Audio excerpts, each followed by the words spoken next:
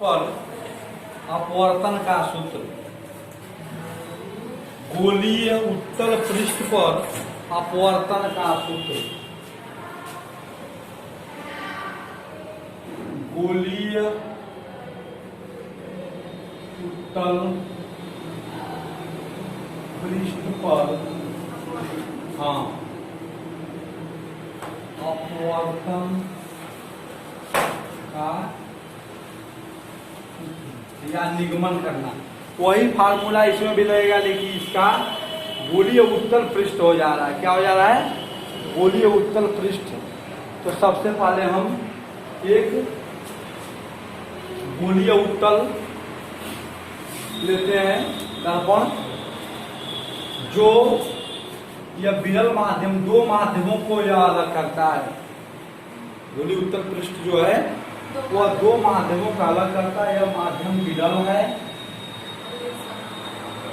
या नमन इसको हम नाम दे दिए और ये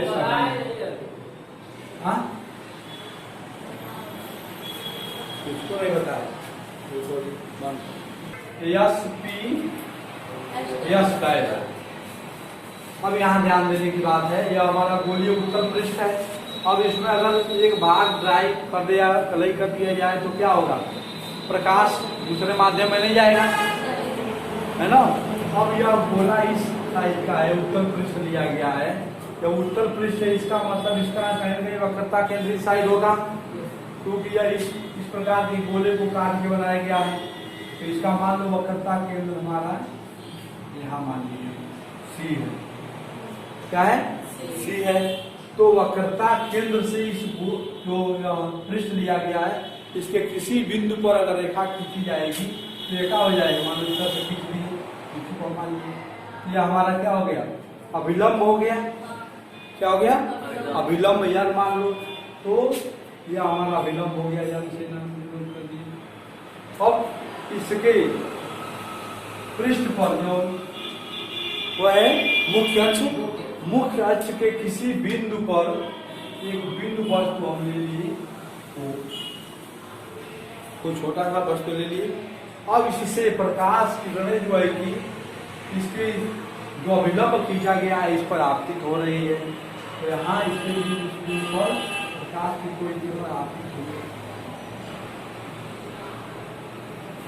तुम जानते हो कि जब विरल से प्रकाश किरणें चलती है सघन माध्यम में, तो अभिलंब की ओर क्या होती है? झुक जाती है। तब यह अभिलंब की ओर क्या हो जाएगी? थोड़ी सी ये अभिलंब है ना। अब यह अभिलंब की ओर झुक गई, तो इसको पीछे बढ़ाए जाने पर आगे और इसको बढ़ा दिए, तो इसको पीछे बढ़ाए जाने मतलब ये इस प्रकार झुकती है कि यह इस तरह जा रही है, ताकि इसको पीछे बढ़ाए जाने पर और जो ओपी दिशा में आ रही है, इसी दिशा में प्रकाश किरणें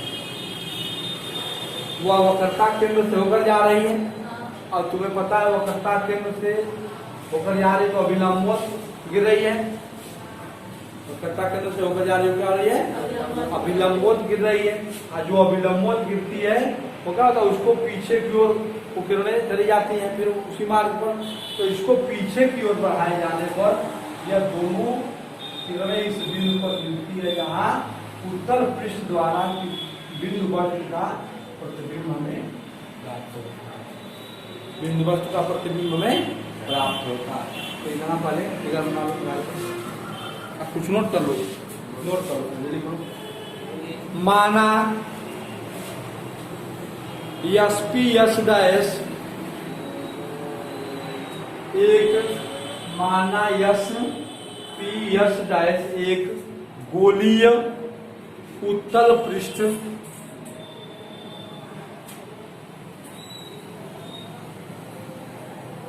है, जो निरपेक्ष अपवर्तनांक N1 के विरल माध्यम को N1 के विरल माध्यम को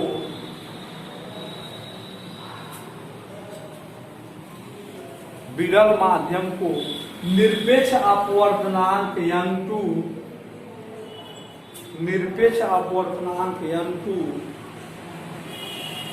के सघन माध्यम को अलग करता है।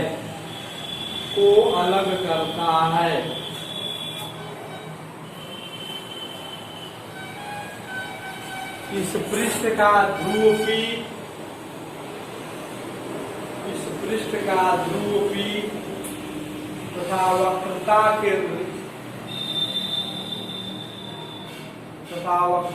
केंद्र C है।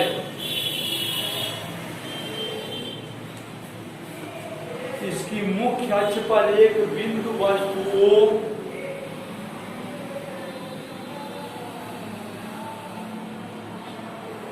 स्थित है, जिससे प्रकाश किरणें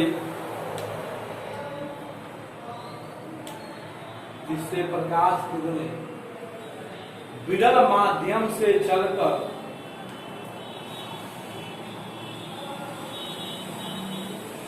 उत्तल पृष्ठ के बिंदु A पर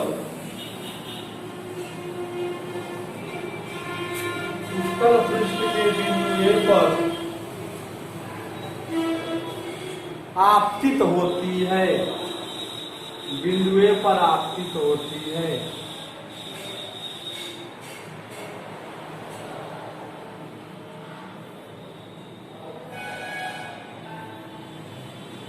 उसके पश्चात वह दूसरे माध्यम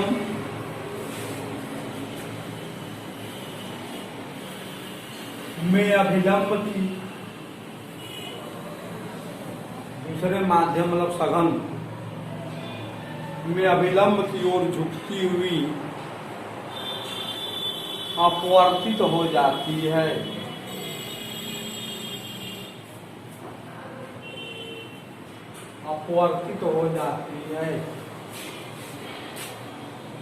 जिसे AB से प्रदर्शित करते हैं।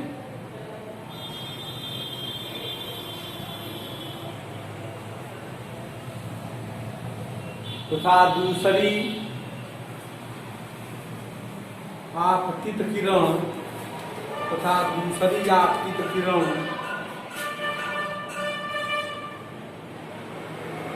जो ध्रुव से चलकर वक्रता केंद्र की ओर जाती है,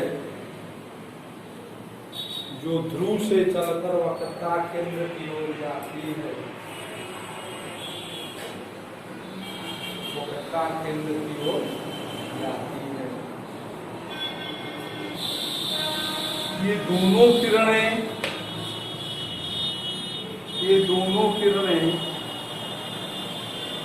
पीछे की ओर बढ़ाने पर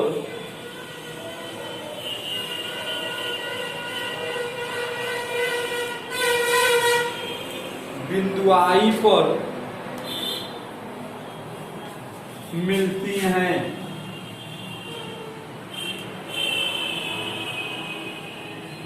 जहां बिंदु वस्तु O का आभासी प्रतिबिंब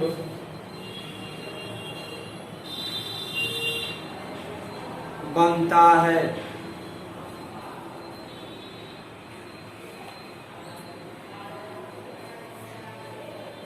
ठीक है, आभासी प्रतिबिंब बनता है। अब अपवर्तन के सूत्र से हम यहाँ ये देखो CAN अभिलंब है, तो मान लो यह अभिलंब से यह हमारा अभिलंब जा रहा है, तो अभिलंब से आपतित किरण के बीच अभिलंब से कोण की माप करते हैं ना, तो अभिलंब से आपतित किरण के बीच के कोण को क्या कहते हैं? आपतन कोण। I से प्रदर्शित करते हैं ना, लेकिन है क्या होगा? आपतन कोण I है, ध्यान देना। फिर अभिलंब से अपवर्तित किरण के बीच के कोण को क्या कहते हैं?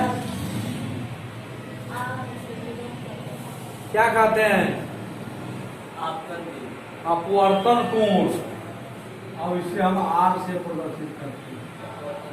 यहाँ ध्यान दो, यह रेखा सीधी आ रही है जबकि यह रेखा यहाँ से मुड़ गई। इट मीन्स यह कोण इस कोण के बराबर नहीं होगा, आई बराबर आर नहीं है। अब इसको पीछे बढ़ाए जाने पर यह सीधी जा रही है, पीछे वाला जा रहा सीधी रेखा, तो एक रेखा यह और एक रेखा यह, ये दोनों रेखाएं एक दूसरे को काट रही हैं, तो आमने सामने के कोण हमारे बचाव में बराबर होंगे। तो यह हमारा कोण क्या हो जाएगा, यहाँ से यहाँ तक, यहाँ से और यहाँ तक क्या हो जाएगा, जो आर है भी कितना हो जाएगा, आर हो जाएगा, है ना। तो दिक्कत। अब यहाँ आ जाओ, अब मुख्य अक्ष से जो आपतित प्रकाश हुए है यह हमारा अल्फा कोण मान लो बना रहा है, ठीक है। और यह मुख्य अक्ष जो प्रतिबिंब है वह बीटा कोण बना रहा है, और वक्रता केंद्र जो नॉर्मल जा रहा है अभिलंब वो हमारा गामा कोण बना रहा है। क्या बना रहा है, गामा। और ध्रुव से वस्तु के बीच की दूरी, बिंदु वस्तु के बीच की दूरी को किससे बदल करते हैं, यू से। भूल जा रहे हो। फिर ध्रुव से प्रतिबिंब के बीच की दूरी को बी से, और ध्रुव से वक्रता केंद्र के बीच की दूरी को आर से। अगर यहाँ पे पढ़ लेना है कर रहा है। अब देखो ध्रुव से इस दिशा में जो दूरी नापी जाएगी वो ऋणात्मक होगी चिन्ह परिपाटी के अनुसार, और इस दिशा में जो दूरी नापी जाती है वो धनात्मक होती है ना। इसको फिगर को पढ़े क्या हो जाएगा, ओ ए एन माना आपन कोण ओ ए एन बराबर कोण आई। अपवर्तन कोण क्या हो जाएगा, सी ए बी, कोण सी ए बी बराबर कोण आर, ठीक है। फिर कोण N A I A N, कोण आई ए एन बराबर कोण आर, आई ए एन, यहाँ देख रहे हो ना, आई ए एन बराबर कोण यह हमारा आर हो गया। इसको हम चाहे तो यहाँ दिखा सकते हैं, या हम आई दिखा दिए और यहाँ से यहाँ तक कोण आर दिखा दी। लिख देना कि किसके बराबर आएगा, कोण सी ए बी के, कोण सी ए बी। आगे यहाँ लिख सकते हो शीर्षाभिमुख कोण, क्या लिख सकते हो, शीर्षाभिमुख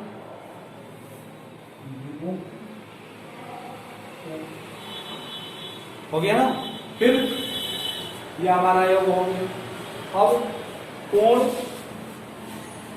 ओ ए सी या पी ओ ए, कोण पी ओ ए बराबर अल्फा, कोण पी आई ए, कोण पी आई ए बराबर बीटा, तथा कोण पी सी ए, कोण पी सी ए बराबर,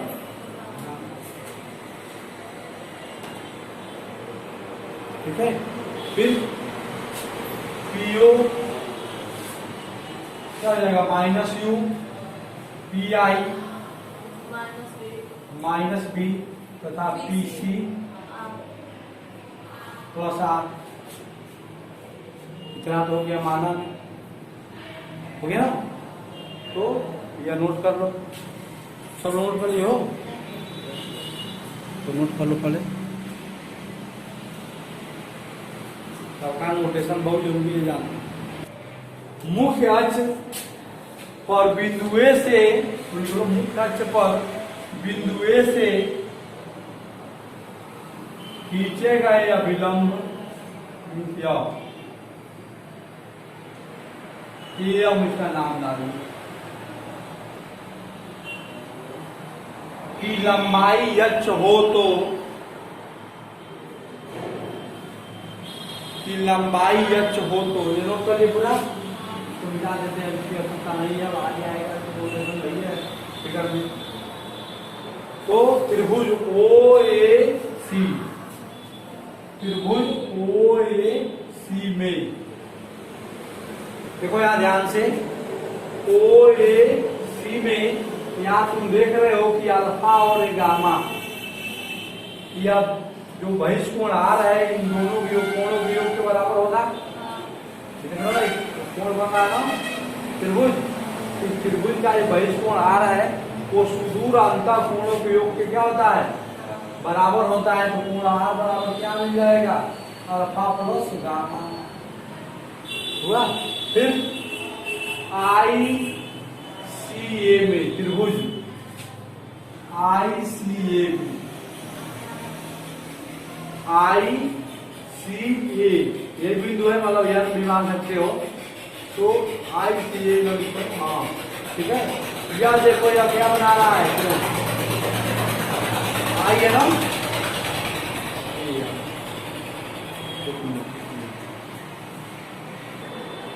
यह कोण आई बराबर हो जाएगा, यह लाइन इससे इससे जा रही है, तो यह कोण आई है, तो बहिष्कोण इन दोनों कोणों के योग के बराबर। और जो यह लाइन है ICA जब हम ले रहे हैं तो यह हमारा कोण बना रहा है R, तो R बराबर हो जाएगा बीटा प्लस गामा, हो गया ठीक, ये नोट कर लो।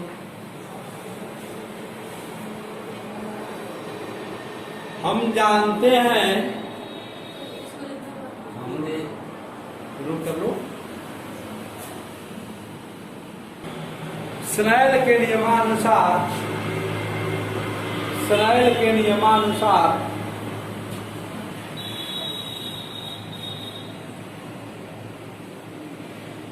पहले माध्यम N1 के सापेक्ष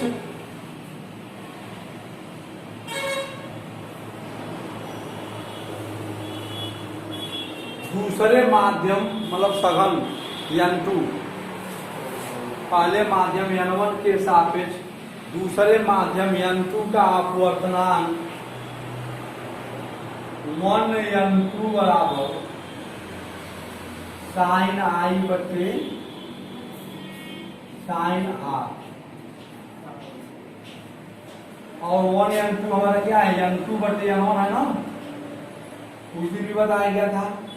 तो साइन I बटे साइन R, अब यहाँ से त्रिज्या पूरा कर देना, क्या हो जाएगा, N2 साइन या N1 sign I, N1 sign I बराबर N2 साइन N2 का गुणा N2 साइन R। देखो चूंकि या देखो गोलीय पृष्ठ का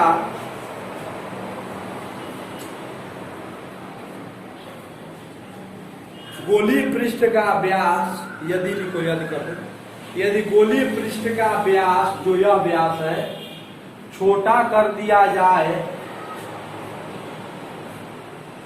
छोटा कर दिया जाए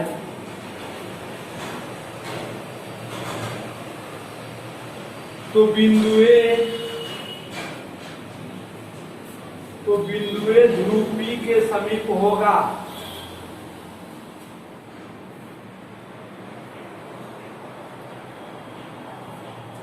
तो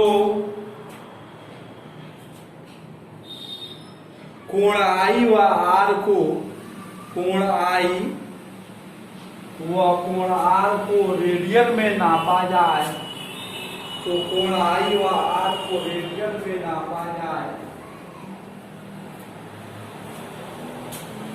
रेडियन में मापा जाए, तो हम पाते हैं कि साइन I बराबर I तथा साइन R बराबर R। अतः समीकरण इसको तुम बना लो एक, समीकरण एक से, समीकरण एक से क्या आ जाएगा, N1 और साइन I की जगह क्या आई, तो N1 I बराबर N2 R। हो गया n1 आई और n2 का। अब आई और आर के मान यहाँ से तुम रख दो तो आई बराबर क्या मिल जाएगा n1 alpha plus gamma equal to n2 और यहाँ का जगह बीटा प्लस गामा आर का मान बीटा प्लस गामा ये है ना और ये मान अब इसको सॉल्व करेंगे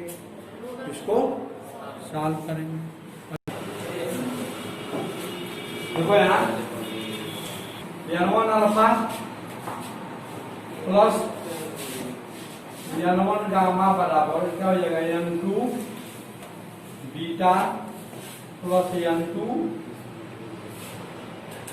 गामा ये है ना इसको बना देते हैं। फिर हमें गामा वाले पार्ट को इधर करना थी इसको इधर करके n2 पर क्या हो जाएगा और इसको इधर कर तो माइनस n2 बीटा ये इधर क्या हो गया ना plus n1 alpha equal to या गामा ए बी गामा इधर जाएगा तो या गामा गामा मिल जाएगा n2 माइनस n2 है प्लस का और ये इधर चला जाता है n2 कर देंगे ठीक है क्या ये हमारा मिल गया। अब यहाँ ध्यान दो चूंकि कोण आई और आर छोटा है मीन्स जो पृष्ठ है उत्तल पृष्ठ गोली उत्तल पृष्ठ उसका क्या छोटा व्यास दिया गया है। जब उत्तल पृष्ठ का व्यास छोटा लोगे तो बिंदुए ध्रुवी के समीप होगा तो जब यह बिंदुए और छोटा होता जाएगा ठीक है तो जो रेखा यह जा रही है और क्या ये कम होगा और कम होगा।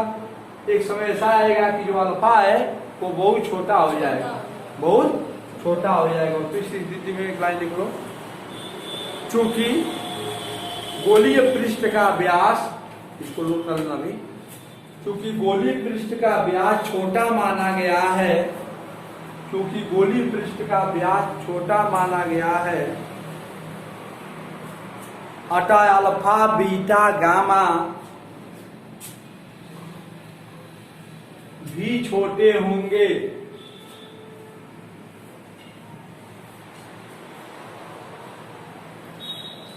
और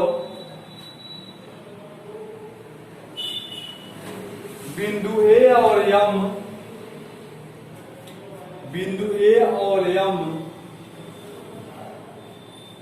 ध्रुव P के समीप ए और यम ध्रुव P के समीप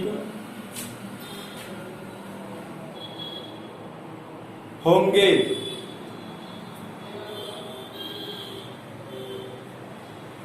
यह देखो जब यह कह रहा है ए और यम यह छोटा व्यास करेंगे तो बिंदु भी इधर आएगा तो जो लंब आ रहा है वो भी इधर जाएगा। यह एक सा समय आएगा कि यह यम इस बिंदु P पर चला जाएगा एक समय आएगा तो अल्फा को हम क्या मानेंगे ओ यम या ओ पी ए या गणित कर लो अल्फा बराबर क्या हो जाएगा tan अल्फा तो त्रिभुज ए एम ओ या ओ ए एम से हम क्या हो जाएगा लंब बटे आधा तो लंब हमारा क्या है एम आधार हमारा क्या हो जाएगा जब बिंदु एम यहाँ चला जाएगा तो पीओ हो जाएगा है ना समझ रहा है। यह कहा जा रहा है व्यास जब छोटा करेंगे तो बिंदुए और नजदीक आएगा जब बिंदुए नजदीक आएगा तो लंबवत रेखा धीरे धीरे कम होती जाएगी और बिंदुए इधर आने से यम भी क्या हो जाएगा इसके नजदीक चला जाएगा। एक समय आएगा कि दोनों पॉइंट एक दूसरे को कोइंसाइड कर जाएंगे मतलब मिल जाएंगे।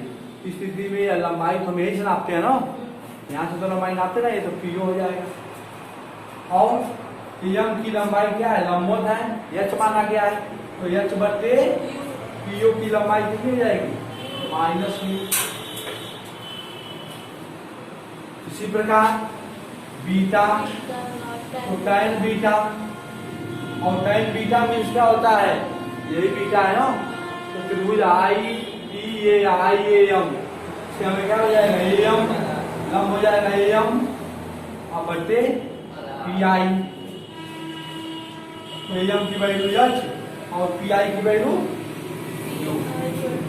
माइनस बी माइनस और गामा की वैल्यू निकालो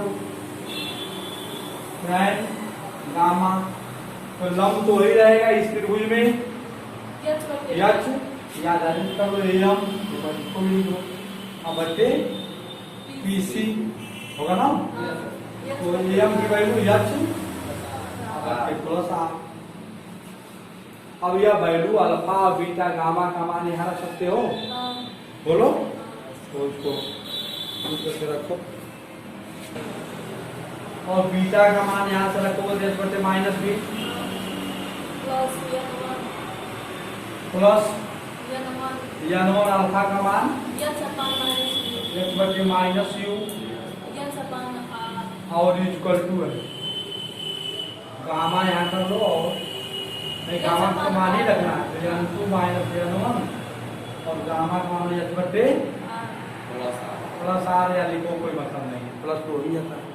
यहाँ देखो यच यहाँ भी यच यहाँ भी यच तीनों कॉमन हो जाएगा कट जाएगा, यह दोनों कॉमन होगा तो यहाँ अच्छा आएगा और ये अच्छा है, इससे कैंसिल आउट हमें क्या मिल जाएगा माइनस ए बी और माइनस ऊपर नीचे माइनस तो माइनस बी कैंसिल आउट ऊपर नीचे है ना तो n2 by B minus plus हो जाएगा n1 और प्लस और ये माइनस है तो ऊपर जाएगा माइनस तो क्या हो जाएगा प्लस माइनस हमारा minus n1 by U equal to n2 minus n1 by R हो गया।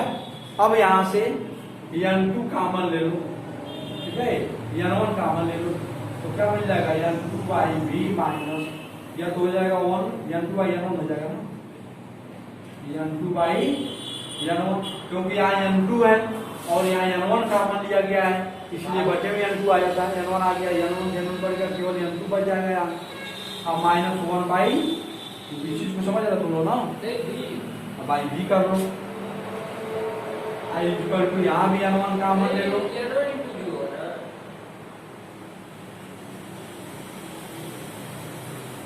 क्या भाई पूरे का बटे रहेगा, ठीक है। अब यहाँ से n1 भी कैंसिल आउट। अब यह क्या मिल गया n2 बटे n1 है क्या पहले माध्यम के सापेक्ष दूसरे के माध्यम का अपवर्तनांक है, तो अगर दूसरे माध्यम का अपवर्तनांक n माना जाए सघन माध्यम का अपवर्तनांक n माना जाए तो n बराबर n2 बटे n1, ठीक है। पहले माध्यम सापेक्ष दूसरे माध्यम का अपवर्तनांक यदि n हो यहाँ लिखना पड़ेगा पहले माध्यम के सापेक्ष दूसरे माध्यम का अपवर्तनांक यदि n हो तो n बराबर n2 बटे n1, तब यहाँ से n2 बटे n1 की जगह क्या हो जाएगा n हो जाएगा by minus 1 by u equal to यहाँ भी n हो जाएगा n माइनस 1 बाई उत्तर बन गया बोलो। तो इसको जो अवतल पृष्ठ लिए थे उसमें जो गोलीय उत्तल पृष्ठ हम लिए थे उसमें तुम देखे थे यही सूत्र उसका भी आया था, लेकिन उसमें r का जो मान था वह क्या आया था ऋणात्मक आया था, है ना। तो अब यहाँ ध्यान देने की बात यह है इसमें प्रतिबिंब तो आभासी ही बनेगा, लेकिन यदि यहाँ से उत्तल पृष्ठ के लिए कब वास्तविक प्रतिबिंब बनेगा दोनों में आभासी प्रतिबिंब बनेगा नहीं, इसमें अब n बाई भी minus 1 by U equal to 1 बटे या r बटे n माइनस 1 कर दिया जाए, r बटे n में वही सूत्र को बदल दिया गया है, यह ऊपर जाएगा तो क्या हो जाएगा n माइनस 1 हो जाएगा अब बटे r हो जाएगा। कुछ इस तरह यदि u और v का मान दोनों ऋणात्मक है मतलब r ये भी ऋणात्मक आ रहा है, r की वैल्यू n माइनस 1 तो निश्चित फिक्स है अपवर्तनांक, तो r का मान अगर ऋणात्मक में आ रहा है माइनस r क्या मिल रहा है माइनस r अगर आ रहा है उस स्थिति में हमें क्या मिल जाएगा बोलो माइनस r कब आएगा अवतल में आएगा ना, या अवतल पृष्ठ है, तो n1 इसको माने थे, n2 इसको माने थे, और ये ध्रुव हमारा है, तो ये हमारा क्या बता रहा है, r बता रहा है। इसको ऑन कर दो। हाँ, तो ये r बता रहा है, r निगेटिव है।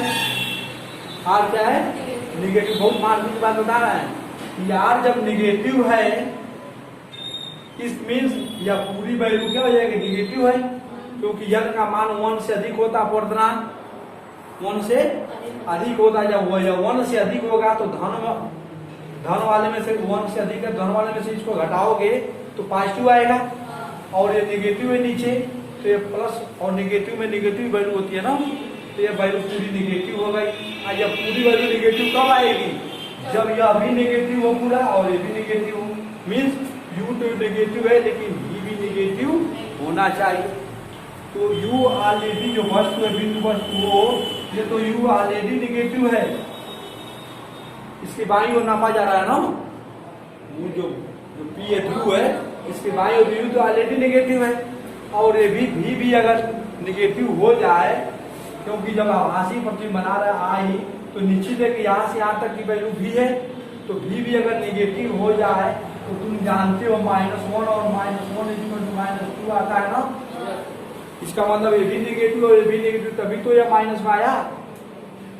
तब यह आभासी प्रतिबिंब बनाएगा। माइनस आने का मतलब क्या हुआ कि प्रतिबिंब इस साइड में बन रहा है, प्रतिबिंब इस साइड में बन रहा। अब बात आती है उत्तल के लिए। तुम जानते हो उत्तल में भी प्रतिबिंब आभासी बन रहा है, उत्तल में भी प्रतिबिंब आभासी बन रहा है। इधर प्रतिबिंब बन रहा था, आई बिंदु वो है, इसका आई प्रतिबिंब नहीं बन रहा था, लेकिन इसका वास्तविक प्रतिबिंब कब बनेगा, जब मतलब इस साइड का प्रतिबिंब कब बनेगा, सघन माध्यम में कब प्रतिबिंब बनेगा, जब 1 तो ऑलरेडी पॉजिटिव है, 1 ऑलरेडी पॉजिटिव, अगर इसका मान u के मान से कम कर दिया जाए, यदि u का मान अधिक कर दिया जाए r/n-1 से, जब यह कम होगा मीन्स इसकी वैल्यू धनात्मक में आएगी। जैसे 1/2 है, ठीक है, 3/2 है, तो जब ऊपर वाला अधिक रहेगा तभी तो पॉजिटिव मान देता है, और जब ऊपर वाला कम रहेगा या अधिक रहेगा तो क्या हो जाएगा, मान कम हो जाएगा, मान कम हो जाएगा। यह पॉजिटिव मान कम देगा, u ऑलरेडी के निगेटिव है, r की वैल्यू तुम जानते हो कि पॉजिटिव होता है उत्तल में, तो इस स्थिति में v का मान अगर यह पॉजिटिव